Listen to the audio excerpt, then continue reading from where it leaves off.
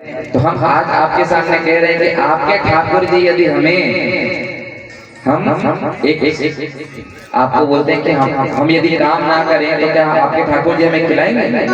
हम काम करते हैं तभी हमें खाने को मिलता है। यदि आपके ठाकुर जी हमें बिना काम करे खिला दे तो हम आपको मानेंगे।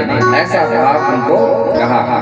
अब जैसे ये भाव कहा तो व्यास जी महाराज ने कहा कि हाँ, हमने व्यासपीठ से कहा था कि ठाकुर जी जो है खिलाते हैं, और व्यासपीठ से कही हुई कोई भी बात असत्य नहीं होती, भगवान उसको सिद्ध करते ही हैं। तो बोले ठीक है, हम आपकी बात मान लेते हैं, तो आपको भी हमारी बात माननी पड़ेगी। एक शर्त रख दिया, यदि आज हम 24 घंटे में कोई भी काम नहीं कर देंगे, यहाँ तक कि अपने हाथों से उठा करके स्वयं भी भोजन नहीं करेंगे, देखते हैं आपके ठाकुर जी कैसे खिलाते हैं। और यदि आपका बात असत्य हुआ तो आपको हमारा दास बनना पड़ेगा, हमारे यहाँ आपको नौकरी करनी पड़ेगी।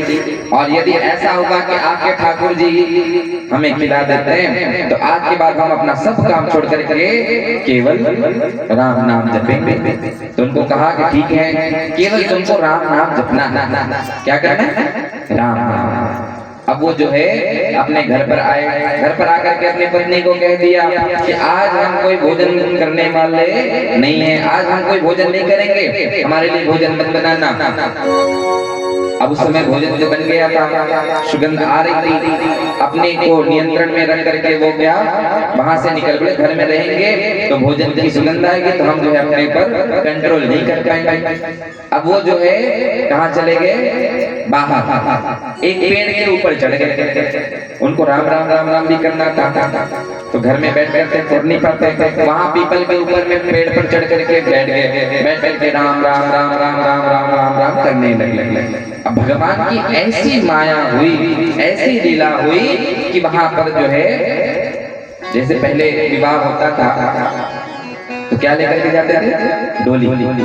डोली में खाद्य सामग्री को डलिया में लेकर के जाते थे। उसी समय जब वहां से एक बारात जा रही थी तो उसी समय बहुत सारे डाकू वहां से आ रहे थे। डाकू की आवाज को सुन करके वो सारे बाराती वहीं पर उस डलिया को छोड़ करके भाग गए, सबके सब भाग गए। अब यहाँ पर जैसे ही उन डाकुओं ने आया, डाकुओं वहां पर आकर के देखते हैं कि यहाँ पर बहुत सारे खाने पीने की सामग्री रखी हुई है, तो एक ने तो वहां कहा निकाल करके, जैसे ही खाने वाले थे तो डाकुओं का जो सरदार था उसने रोक दिया, भाई रुको, ऐसे नहीं हो सकता है, हमें पकड़ने के लिए किसी ने जाल बिछाया हो, कैसे हम इसे खा सकते हैं?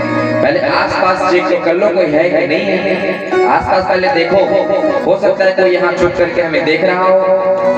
तो आसपास सभी जो है देखने लगे, कोई नहीं दिखा। तो जैसे ही राम राम राम राम राम की जो है आवाज आई तो देखने लगे कि ऊपर में बैठा हुआ एक व्यक्ति राम राम राम राम कर रहा है। तो जैसे उसको देखो, नीचे उतरो, उतारे उसको नीचे।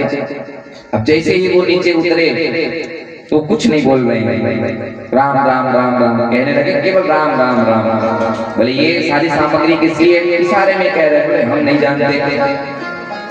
बोले अच्छा, तुमने यहाँ पर इस सामग्री को रखा इसमें? अब उनको विश्वास हो गया कि इसने कुछ न कुछ इसमें मिलाया, हो सकता है इसमें कोई जहर मिलाया हो।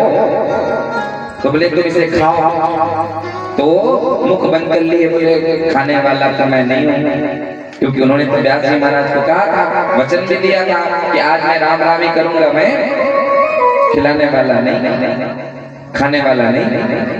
अब जैसे ही वो बात, अब सबने क्या किया कि अब पूरा विश्वास हो गया कि अब पक्का इसमें जहर मिलाया होगा इसने, और ये खुद तो नहीं खा रहा, उसको बांध दिया पेड़ के, बांध करके जबरदस्ती जो है उठा करके जो है उसका मुख खोल के उस पर मार, पहले खिलाने से पहले मारे, जोर जोर से मारे, फिर भी वो नहीं खोला। अब जब मार लिए, मुंह ही नहीं खोला, तो जबरदस्ती उनका मुंह उठा करके लड्डू ले जा करके उसके मुंह में ठुस दिए, ले अब खा। अब जैसे ही उसको खाया तो उनकी आंखों से जो है नेत्र सजल हो गए। उनको पता चल गया कि व्यासपीठ से कही गई कोई भी बात असत्य नहीं होती। व्यास जी ने सत्य कहा था कि ठाकुर जी जो है मारकर ही खिलाते हैं, मारकर भी वो खिलाते हैं। और वो जो बात कही थी, अनन्याश्चिन्तयन्तो मां ये जना पर्युपासते तेषां नित्याभियुक्तानां योगक्षेमं वहाम्यहम्। भगवान, यदि आप भगवान के भरोसे रहोगे तो भगवान भी आकर के आपकी सहायता करते हैं, फिर आपका भरण आपका पोषण सब जो है ठाकुर जी संभाल लेते हैं। जैसे हमने बताया था ना नरसिंह मेहता जी की कथा, पत्र जो है छोड़ दिए, नरसिंह मेहता जी का कार्य विवाह की तैयारी कौन की थी? ठाकुर जी की। तो ऐसे हमारे ठाकुर जी हैं। और वही कौन बने जिनकी कथा हम सुना रहे हैं, वो कौन है? उनका नाम मल्लुक दास, जो आज वृंदावन में मल्लुक पीठ। ये सत्य घटना है, ये असत्य घटना नहीं है, ये सत्य घटना है।